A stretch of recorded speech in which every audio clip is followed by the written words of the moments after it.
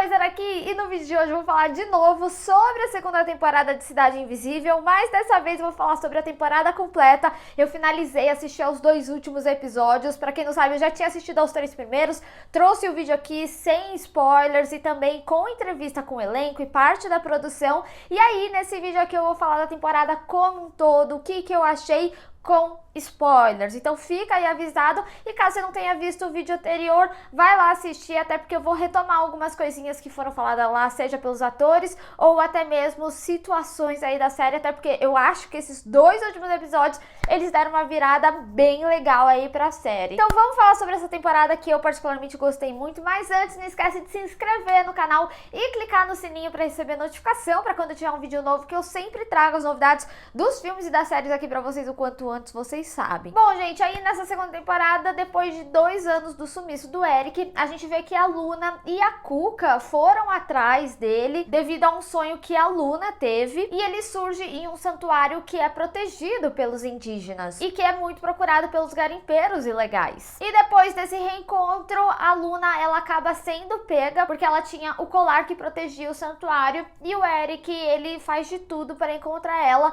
mas no final acaba sendo um grande aprendizado para ele mesmo e para muitos personagens, como a gente acompanhou aí ao longo da segunda temporada. Eu vou retomar uma coisa que eu tinha falado no meu vídeo de primeiras impressões, porque eu acho que é extremamente importante, principalmente pro final do que a gente vê aqui na segunda temporada de Cidade Invisível, que lá na primeira muita gente tinha criticado, falado que a história, ao invés de se passar no Rio de Janeiro, deveria passar ali no centro de Belém do Pará, que é inclusive o que a gente vê a história aqui. Quando não é na Amazônia, a história é contada ali em Belém, e eu acho que isso deu um ganho enorme, até mesmo de como eles trabalharam as entidades nessa segunda temporada. Uma das coisas que os atores mesmos tinham falado na entrevista aqui no canal é que essa temporada ela tá mais mística, né? Então ela é uma temporada que acaba focando muito mais nas entidades do que realmente na cidade ou até mesmo na investigação, apesar deles trazerem ali a promotora, que inclusive é uma personagem que eu gostei. Ainda assim ela se conecta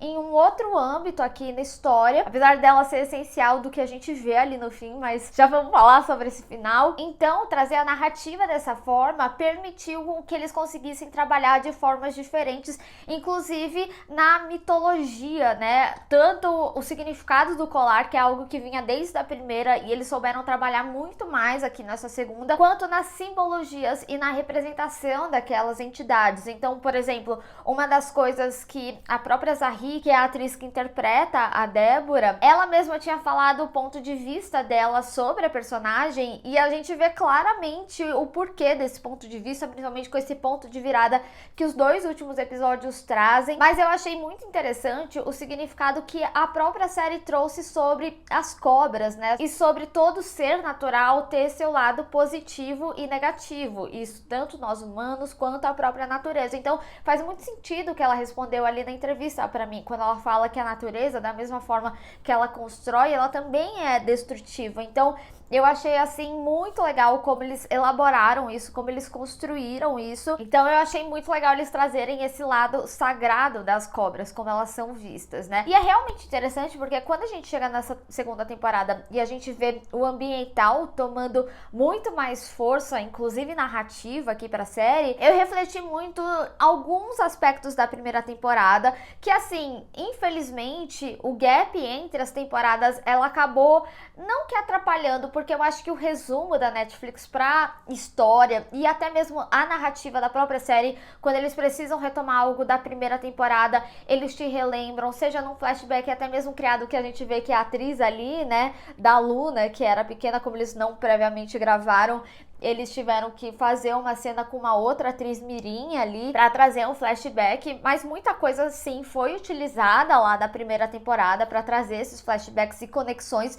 mas eu sinto que a série ela até teria um peso um pouco maior se a gente tivesse muito fresco as coisas da primeira temporada. Infelizmente foi uma série que sofreu com a pandemia, porque eles gravaram antes da pandemia, fazendo com que não fosse possível ter a gravação do que seria normalmente, né, uma gravação gravação entre primeira e segunda temporada, então até ter a finalização da segunda temporada a gente teve um espaço de tempo muito grande, mas eu inclusive quero reassistir a primeira temporada, porque eu acho que apesar do resumo ter sido bom pra te situar na história e você conseguir acompanhar essa segunda, eu acho que tem detalhes ali na primeira que complementariam muito essa visão, apesar de ter achado também que a segunda temporada ela consegue ser uma temporada independente justamente por a gente ter essa mudança de história, de localização e tudo mais. As temporadas elas funcionam sim em conjunto, mas ainda assim eu acho que se alguém quiser, por exemplo, começar da segunda temporada vendo o resumo, ela conseguiria acompanhar a história. Talvez ela perderia detalhes, e é disso que eu tô falando aqui. Eu acho que tem detalhes na primeira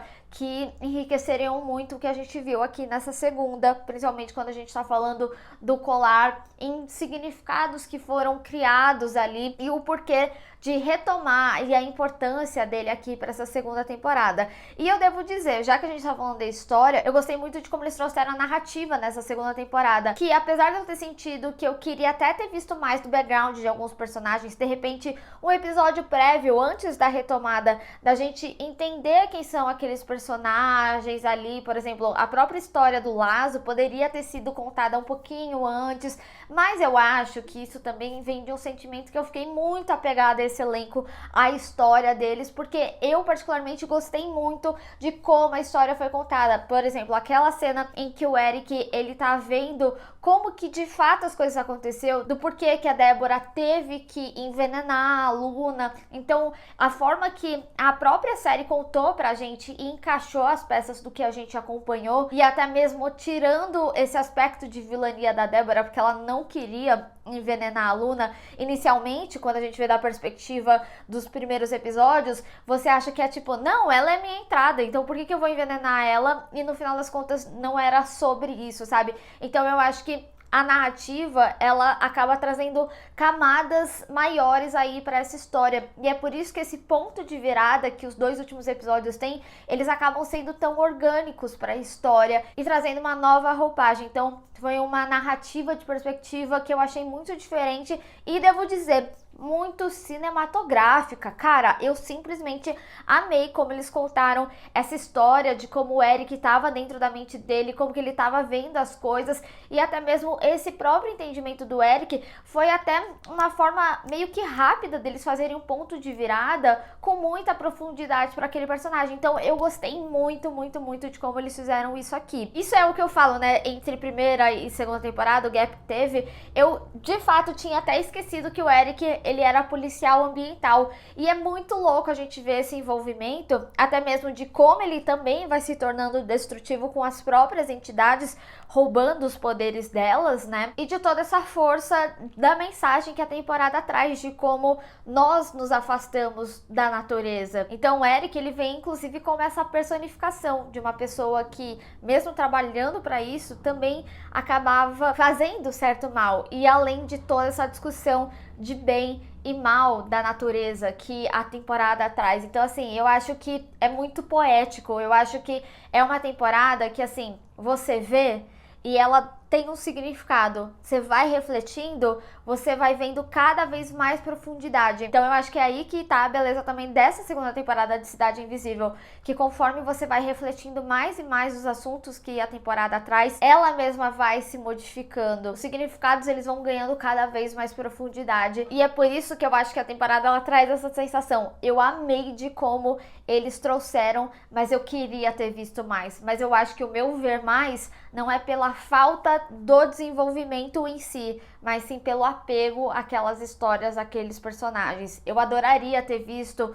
o que a gente vê do background da Débora. Lógico, ele é contado no momento que é necessário pra gente, mas talvez um ponto de entendimento que encaixasse e você fala, nossa, a Débora, ela tava ali, sabe? Que eles até trazem, né, em alguns momentos, mas assim, é absurdo. E eu queria aproveitar para falar, né, já que eu trouxe até esse momento da mente do Eric, é como a temporada como um todo teve um avanço de técnica absurdo. Eu já achava, eu já tinha falado isso no meu vídeo sem spoiler, eu já tinha falado no meu vídeo da primeira temporada, que Cidade Invisível é uma série que elevava muito a produção nacional. É muito lindo o que a gente vê, melhor que muita série gringa. A gente vê que tem um cuidado. E assim, eu já tinha achado lindíssimo o que eu tinha visto nos 3 primeiros episódios, mas o que eu vi nos 2 últimos é absurdo, assim, o olhar de cinema. Eu acho que eu não conseguiria nem expressar tudo que eu queria falar da beleza que foi assistir esses 2 últimos episódios, seja pela história, pela técnica. É assim único o que Cidade Invisível traz. E tão único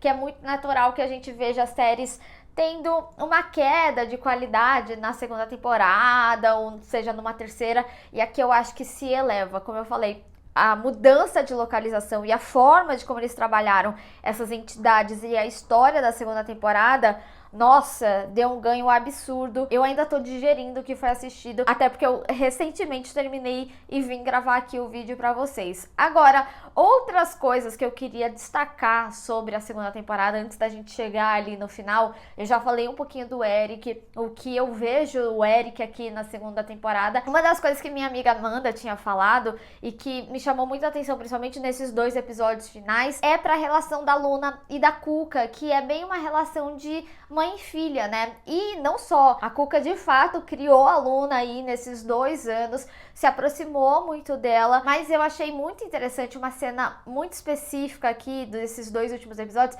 Vocês vão ver que eu vou falar bastante desses 2 últimos, porque eu acho que é muito complementar ao que eu já tinha falado no primeiro vídeo, mas eu não essencialmente vou ficar retomando tudo que eu falei lá. Então, pra mim, esses vídeos eles vão ser bem complementares, porque eu quero falar bastante, inclusive, sobre esses 2 últimos episódios, porque eu acho que eles transformam muito a série. Mas tem um momento em que a Luna, ela tá ali desacordada por conta do veneno, que ela toca ali no colar e ela fala que ela é forte. E aí, quando a Luna tem toda a experiência dela ali e ela vê a mãe dela falando que ela era forte, e quando ela retorna ela fala, minha mãe disse que eu era forte. Nossa, eu acho que isso traz tantos significados para essa relação que a gente já acompanhou, é um reforço obviamente, mas eu achei tão bonita a forma que eles colocaram isso e essa conexão de mundos, né? Porque a Cuca ali, ela era a representação de mãe e ela fala a mesma coisa que a mãe nesse mundo em que a Luna se encontra. Então eu achei assim de uma sensibilidade muito grande e eu acho que isso define muito a temporada como um todo. A segunda temporada de Cidade Invisível é de uma sensibilidade única, tanto da forma que eles trazem a história dos povos originários. Eu acho que isso se diz muito pela produção que a gente tem.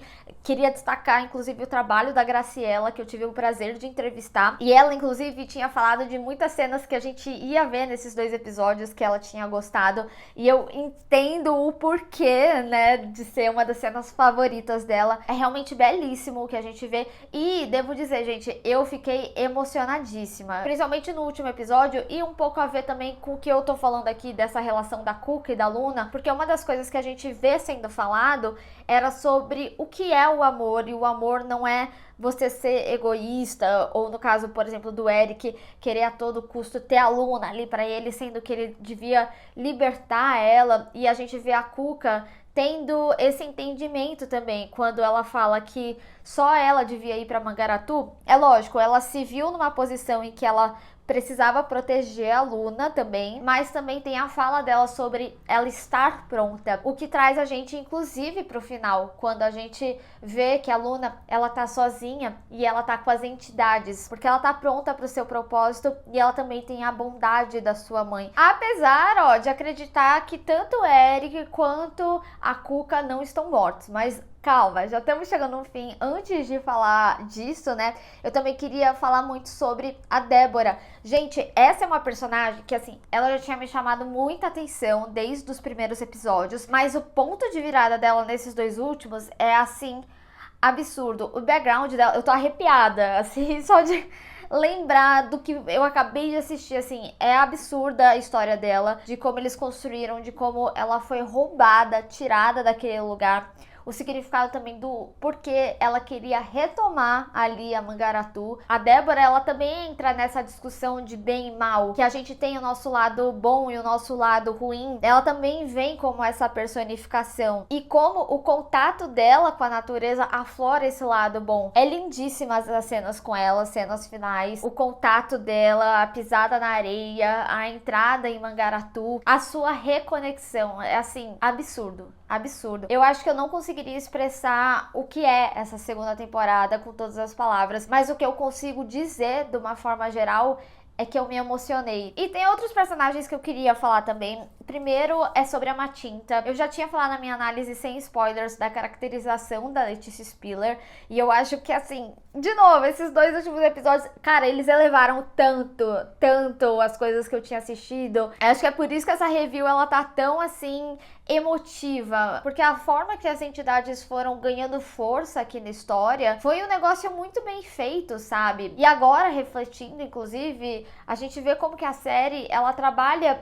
o lado bom e o lado ruim. Você vê que a força ali da Matinta, ela tá a favor da natureza, a favor da floresta. E eu acho que os 2 últimos episódios, inclusive, com relação à Matinta, eles dão um significado de propósito dessa entidade, sabe? Eu queria destacar muito também o Bento. Eu amei esse menino. Gosto muito, inclusive, de como ele acaba sendo um grande aliado ali pra Luna, inclusive pro final. Então, vamos falar desse final, né? Porque, assim, a gente vê que os poderes do Eric, né, captavam esses poderes das entidades, então ele pegava, e é inclusive interessante, eu tinha falado do Bento, do entendimento dele do que é o poder, porque ele via como uma maldição e depois ele tem o entendimento daquilo que ele faz parte, inclusive pelas coisas que ele viveu. A história dele também é bastante comovente, mas quando a gente chega nesse momento em que o Eric, ele pega a Cuca, e a gente tem esse flashback da Matinta falando que se a Cuca perdesse seus poderes, ela não sobreviveria porque ela tem mais de 200 anos, né? Mas ali no final, a gente vê que a Luna, ela continua tendo visões, muito provavelmente para encontrar esse novo destino de onde o Eric tá, muito similar ao que a gente viu no início da temporada, e talvez essa seja a forma de como eles vão transitar entre as regiões do Brasil. Para quem não assistiu o vídeo sem spoilers e de entrevista, o Carlos Saldanha, que é o criador da série, falou que a ideia deles é passar por vários locais do Brasil. Teria toda uma construção também mitológica ali, com entidades, em que a Luna encontraria o Eric. É o que eu acredito, tá? Eu acho que talvez eu poderia trazer um vídeo e desenvolver isso melhor. Aqui eu tô falando muito do feeling, de ter acabado de assistir a série, mas também o retorno ali da Cuca, porque quando a gente vê, inclusive o Saci, né, a gente também vê a borboleta, que seria a Cuca. Eu não sei se eles reaproveitariam a Alessandra Negrini, né, porque o meu entendimento aqui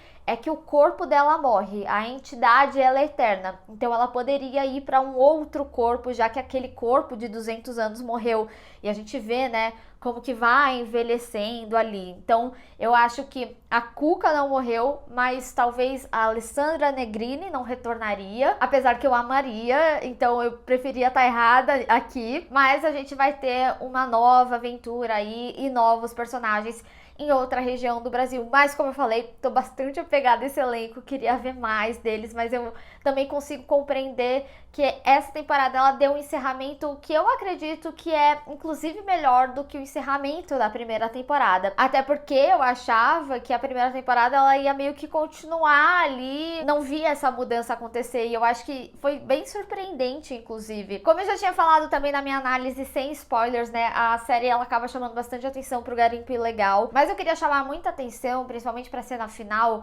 ali no julgamento do Castro, porque a gente vê ele num semblante que ele tá muito confortável, que nada vai acontecer a ele, justamente pelo senso de impunidade, e a gente vê diferente aqui, né, ele é julgado, ele é condenado, mas ainda assim ele externaliza ali, ele fala, né, ah, daqui 2 semanas eu tô fora. O que infelizmente acontece. Porque essa cena ela traz justamente a falta de importância que as pessoas dão pro que acontece com o garimpo ilegal. E eu achei extremamente importante porque quando a gente tem a cena ali no meio da floresta e tudo mais, a gente vê o Bento, inclusive, indo atrás, né, dos capangas, e ele é o único que sai ileso. Eu, na hora, achei, vai ficar pra Débora Maria aí, né? Ela vai acabar com ele. E eu gostei que não tenha acontecido dessa forma para justamente que tenha o julgamento. Mas a gente vê que depois não fica elas por elas, né, também. E uma coisa que eu não posso deixar de falar é que realmente eu senti falta da gente ver outras entidades que foram apresentadas pra gente na primeira temporada. Eu compreendo todas as decisões do porquê. Uma das coisas que eles mesmos falaram, que eu perguntei, como saber qual entidade colocar, qual trabalhar pra história. E eles mesmos até falaram, a gente sempre começa com mais entidade do que realmente vai para as telas, né? Então eu acho que naturalmente eles queiram trabalhar individualmente ou de repente trazer algumas, como foi o caso da Cuca, ou até mesmo o Saci aqui no final, que dá a entender que ele poderia estar numa terceira temporada. Então eu entendo que eles não têm como sempre trazer todo mundo para as temporadas seguintes, até porque para mim é muito belo poder apresentar essas novas entidades. Mas eu vou mentir se eu não falar que eu não senti falta de algumas que foram apresentadas, e eu fiquei triste da gente não ver isso nessa segunda temporada, apesar de entender o porquê da decisão. Bom, gente, então o que eu falo da segunda temporada de uma forma geral é que realmente eles conseguiram um feito, que é ter uma segunda temporada melhor do que foi a primeira. Eu acho que eles souberam utilizar muito bem a representatividade, então trazer um elenco todo novo, trazer um elenco representativo e não só, também nas suas discussões, trazer a problemática do garimpo ilegal, não só na questão da exploração, mas o que acarreta nos povos originários, inclusive no que acarretou na vida da Débora, puramente por essa exploração de riquezas. Acho que a técnica se eleva e eu gosto muito dessa ideia de passar por diversos locais. Gente, essa série ela ganha uma importância em tantas camadas de apresentar o Brasil de uma forma geral. Foi uma série que ela foi muito bem recebida lá fora, então sair das partes centrais que geralmente as séries nacionais acabam trazendo é de extrema importância, e para nós brasileiros também de ter um conhecimento cultural muito maior e também de apresentar o nosso folclore. A segunda temporada ela também teve um aumento na mitologia, gostei muito de como foi trabalhado. Como eu falei, eu acho que a segunda temporada ela traz uma sensibilidade que Cidade Invisível traz de forma única. Mas é isso, pessoal. Eu quero agora saber de vocês. O que vocês acharam da segunda temporada de Cidade Invisível? Teve alguma coisa que vocês ficaram com dúvida? Vamos discutir. Bem, pessoal, espero que vocês tenham gostado desse vídeo. Não esquece de deixar o seu gostei e compartilhar nas redes sociais. Inclusive, me segue lá, se inscreve no canal e clica no sininho para receber notificação para quando tiver um vídeo novo. Te vejo no próximo. Tchau!